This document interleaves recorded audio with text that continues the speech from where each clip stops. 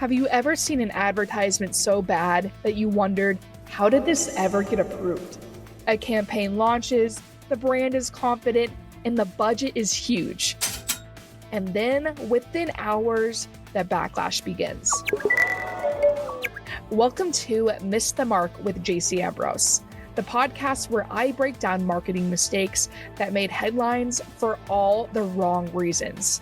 Each episode will explore real marketing mistakes and what led to a brand overall missing the mark. Hi everyone, welcome back to another episode of Missed the Mark.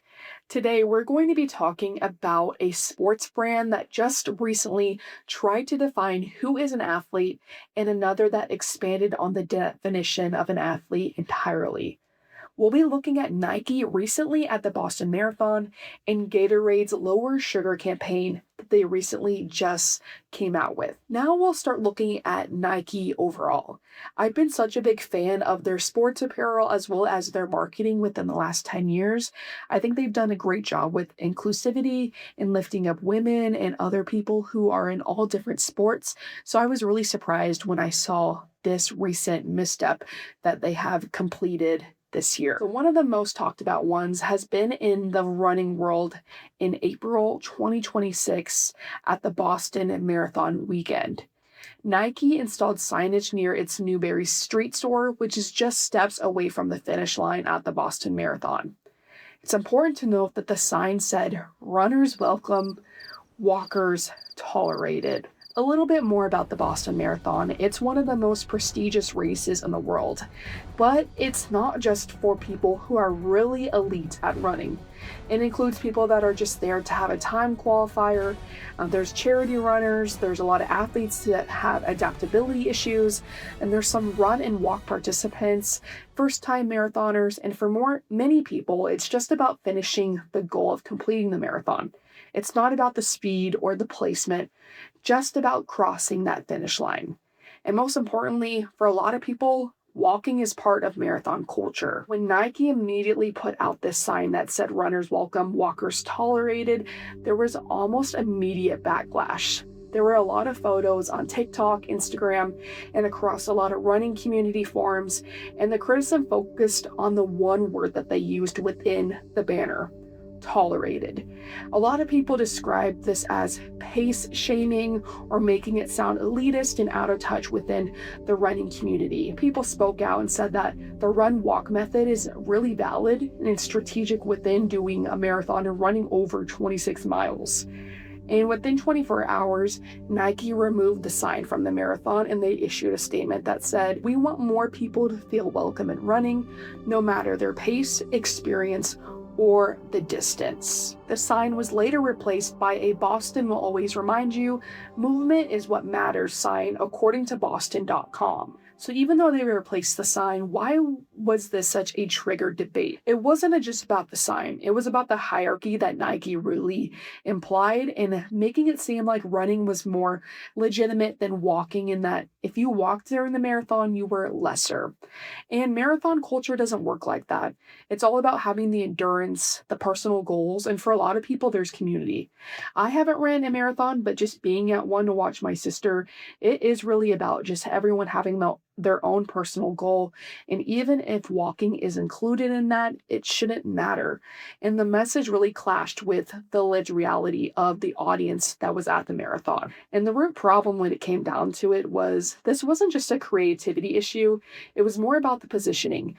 They leaned into having that elite performance where it's intense and winning, but with modern fitness and for a lot of people at these marathons that we talked about, it's more about having the accessibility, the identity, and just being able to participate, ensuring that you can complete your goals. So now that we looked at what missing the mark looks like, now let's talk about what getting it right looks like. For this campaign overall, Gatorade launched a drink that had lower sugar within their Gatorade, and for decades they have been known as having high performance, being out on the sidelines with their coolers, and maybe a little bit more higher sugar content besides their zero sugar drink that they just came out. But they wanted to focus more on this, from what I've seen, is having that health, the hydration, and everyday fitness within their strategy. I really enjoyed it because it explained what an athlete means and how having that lower sugar drink comes into it. And something that I really enjoyed from looking at this campaign on Gatorade's side is that it had multiple athletes across disciplines, and some of them were just everyday people. Some people that were included within the advertisement was Whitney Carson. She is a ballroom dancer, and she just won the Mirror Ball on Dancing with the Stars. Caitlin Clark was featured, as well as Roland Pollard, who is a golf professional. And then I thought it was interesting because Joy Williamson, he is more of a vlogger and does data vlogs, but he also has that fitness content. And I enjoyed it because Charlie Barbie, she is a Dallas Cowboys cheerleader, and she was featured in the advertisement for a partnership with Gatorade as well. And I really like this because even though there were some really top athletes, they also included people who were dancers and people that just worked out in their daily lives. So I feel like that was such a good thing for them to include. And a lot of the campaign visuals and digital content showed everyday training, gym sessions, and recovery moments. And I thought this was really done well and right. The message for them really shifted from winning at the highest level to more about fueling your version of performance, instead of it being outcome performance, to more of a personal process within the fitness culture. And right now, it's really evident that modern fitness isn't just about a one-size-fits-all. It's more about some people training for competition and others training for health and personal wellness and consistency. And I thought Gatorade did a good job positioning themselves and having that lower Gatorade, lower sugar really feed into that within the product message and alignment. Another thing that I thought it worked well was Gatorade made it so it had the shift with the lower sugar with the same electrolytes, and making sure it was designed for hydration without intensity overload, and ensuring that it aligned with casual athletes, everyday workouts, and just having that general wellness aspect.